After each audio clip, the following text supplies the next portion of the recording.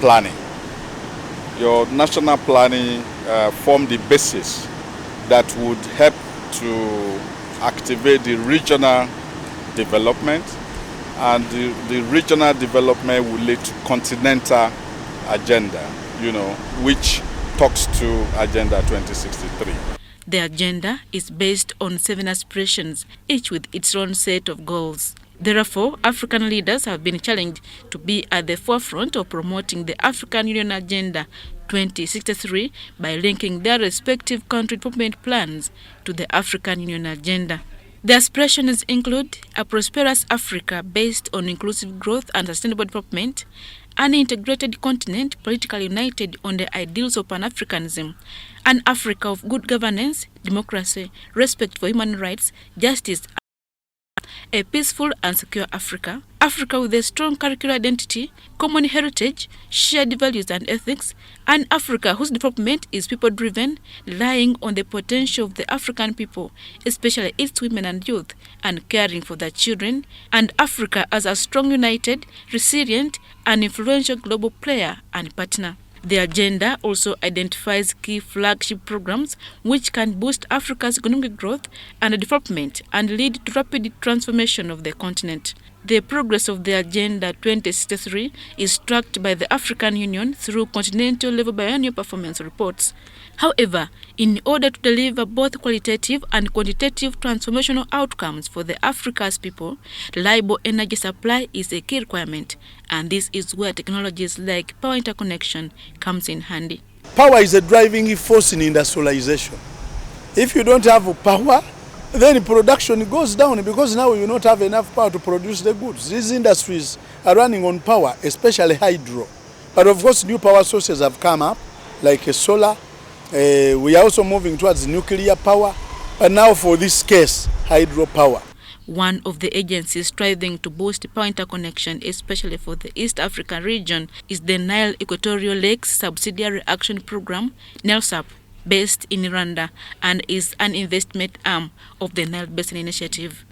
The multi-billion regional Rusumo Fall hydroelectric project, implemented by the Nile Equatorial Lakes Subsidiary Action Program, NELSAP, is facilitating power interconnection in the East African region.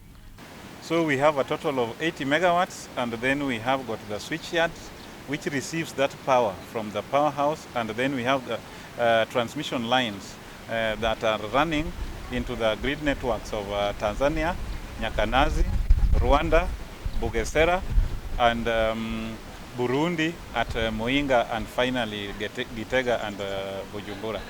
So the 3 countries have already started benefiting from the power from Rusumo. Power interconnection technology refers to the methods used to connect power grids and exchange energy between them. Power interconnection technologies allow for the sharing of surplus energy between countries and local grids. This helps to manage demand surges and increase the security of the supply. There are a number of power pools that are going to be connected by these interconnected networks. That is the Northern Africa Power Pool and the Eastern Africa Power Pool, Southern Africa Power Pool, even the Central Africa Power Pool.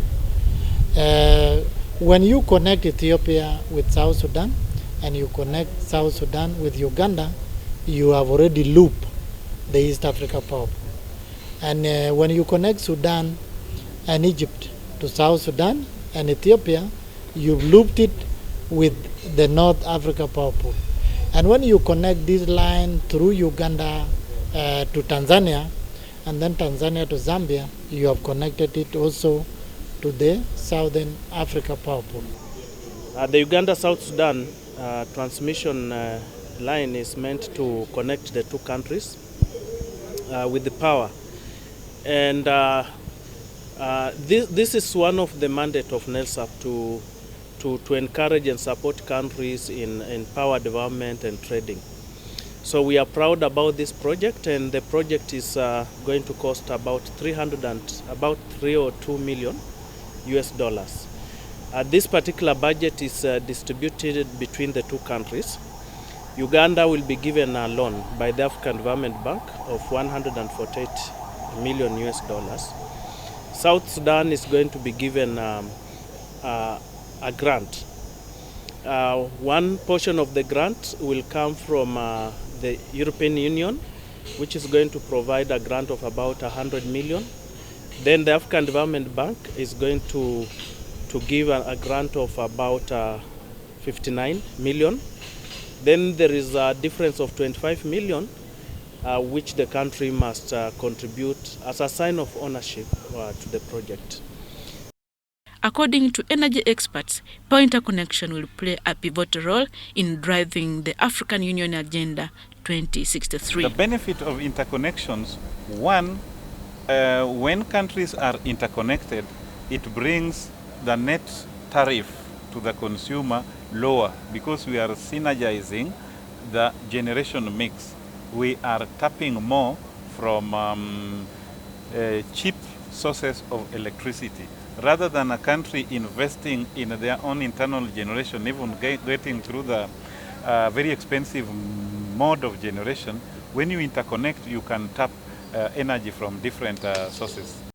The agenda's vision is to create a prosperous, peaceful and integrated Africa by the year 2063. Adia Nakoti, UBC.